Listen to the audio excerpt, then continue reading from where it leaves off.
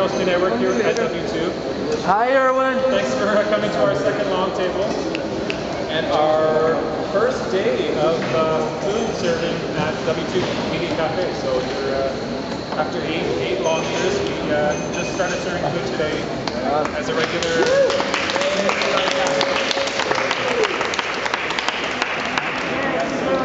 Those of you that follow this long journey, or I think there's even a couple of wood squatters here. This is the community amenity of the Woodwards project. So if some of you live in the Woodwards project, this is the community amenity. It's 10,000 square feet.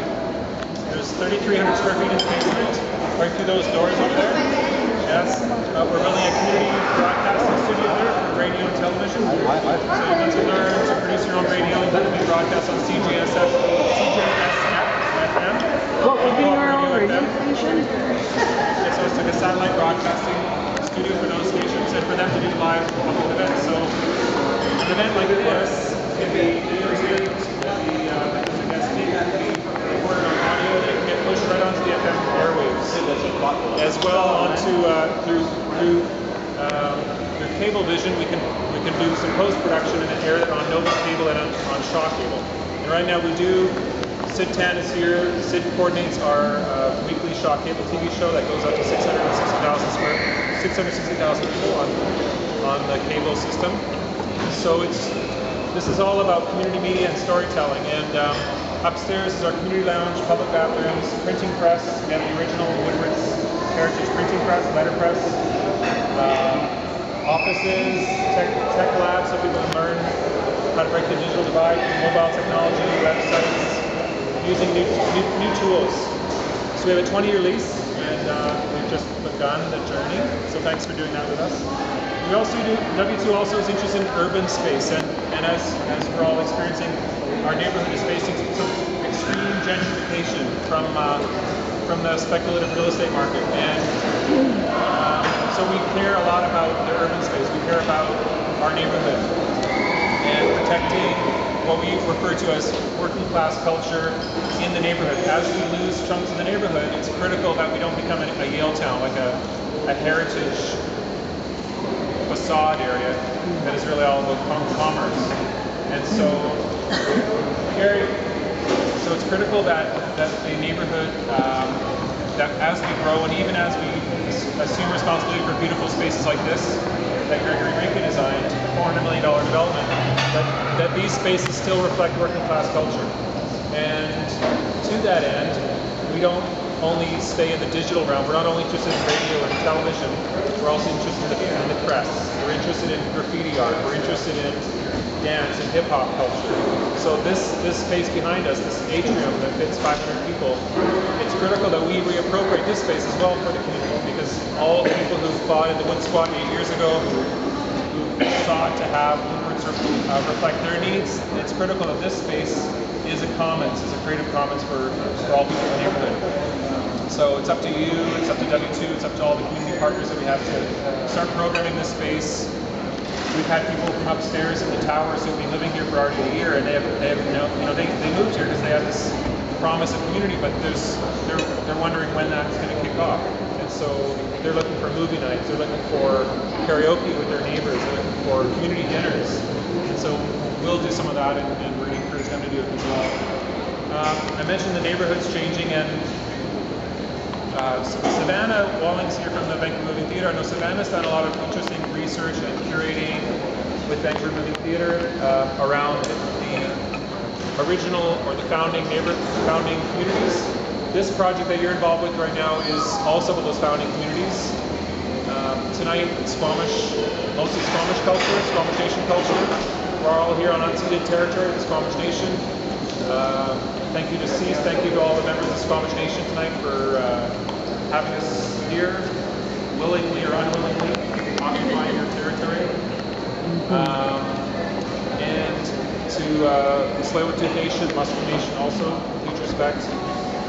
W2 has a unique mandate in Vancouver because we're an arts organization, but we also have a mandate towards redress. And redress is essentially looking at the historical wrongs, whether it's residential schools, or Sid Tan has taught us a lot about the Chinese head tax survivors, the fact that the white racist government of Canada forced Chinese workers to pay fees separated from their families for decades to build the Canadian Railroad. Same thing happened with Japanese internment camps in the Second World War. Absolutely, completely racist laws that were not necessarily about protecting Canada from Japanese invasion, but really about appropriating Japanese resources that the Japanese community built up over decades, stealing those resources and not returning them after the war ended. We have an event on Friday night here about that, a beautiful film from women's stories about the internment camps just past Hope. The film is actually called Just Beyond Hope, because that was where one of the internment camps was. So Friday night will also be to come at 8 o'clock. That'll be in the basement studio. We'll be looking at that. It's two women's stories, a white woman who worked in the camp, and a Japanese woman who lived in the camp, and they write home. So it's quite a powerful story from two different women's perspectives about the internment camps. So for us, it's an opportunity as an arts organization to present that work, to challenge what I experienced growing up here as a white settler, Dutch settler, this collective denial that white people have in Vancouver, that there's this racist history that we're all part of. And then here we are in Vancouver 125 celebrating the 125th anniversary.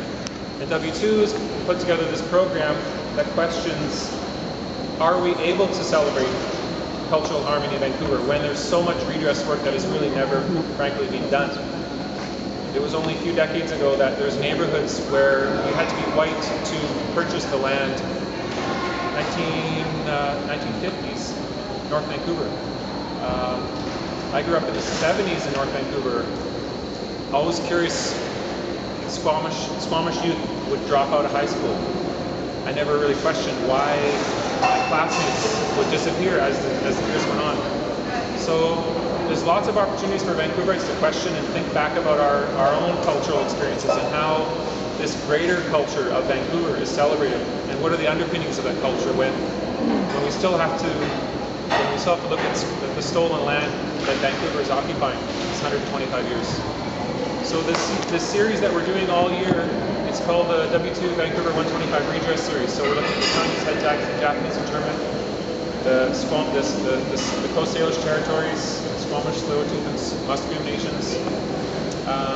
And we're also looking at European settlers, and we're also looking at Filipinos. Filipinos are in many ways the modern day slaves. Mexicans as well, but in particular Filipinos have been used for the nursing and for the domestic workers. And so that'll be in September. We'll be looking at the Filipino community. So I encourage you to just keep coming back and learning what we're doing and participating. This is work that isn't done by a curator or an artist. This is community work that we're doing. And dinner like tonight, the artists that are here, maybe you can just put up your hands if you're working on the Soul Gardens project. So there's a group of artists that are researching and learning about the food traditions in Vancouver of these original communities. And all those food traditions will end up as story threads, and there'll be stories that are similar between the different immigrant communities and the First Nations communities. And those stories will end up on a mural on the side of the Astoria Hotel on Hastings Street. So some of the food items that you've eaten tonight, the tea that you've sampled, thank you, Cease, for sharing those food ideas with us. And to Mark Smith. Thank you, Mark Smith, for preparing the food. Thank you, Mark. These are all recipes and food ingredients that will end up perhaps as pieces of mural art on the side of Astoria. That's right in front of the Soul Urban Gardens and Soul Urban Farm, where members of the United We Can group get paid work to grow that food and to distribute it in the city. So that's all I wanted to say and tell you about why we do this work and introduce you to some of the W2 work. We're talking about food, we're talking about redress, we're talking about cross-cultural understanding, we're talking about social inclusion. Those are the mandates of W2. So thank you for participating in this, one of our inaugural programs here. Back over to Steve.